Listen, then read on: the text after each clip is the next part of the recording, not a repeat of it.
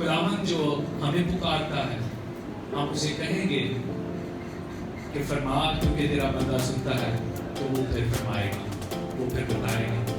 और यहाँ इस मौके पर खुदा ने सैमुअल को भी बताया कि क्या कुछ होगा, खुदा उसकी जिंदगी में क्या मंसूबा रखता है। तो अगर आप सोचते हैं कि आपकी जिंदगी में बड़ा काम हो, अगर आप सोचते हैं कि आप दूसरों के लिए तसल्ली और खुशी का बायस हो, आप सुपरस्टार्स की तरह नजर आए, आप ऐसे नजर आए जिनकी तरफ दूर से देखें, तो फिर पहले आपको खुदावंद को कहना है कि खुदावंद फरमा, मुझे तेरा बंदा सुनता है, और फिर खुदावंद से कहेंगे खुदावंद मुझे बता दे क्या करना। लेकिन अगर आप खुदावंद को कहने की बजाय अपने तौर पर करने की कोशिश करते रहेंगे, तो फिर ये नहीं हो पाएगा,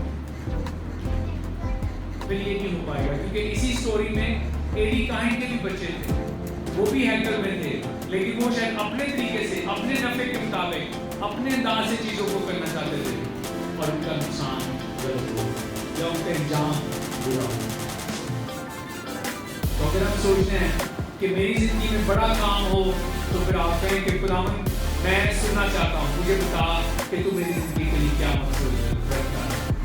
और ये उम्र की कैद नहीं है, आपका 13 साल के हैं या 23 साल के हैं या 33 साल के हैं, आप उसे कहेंगे तो आपकी जिंदगी के लिए मकसद रखा। हमें सिर्फ उसे कहना है और वो सुनेगा।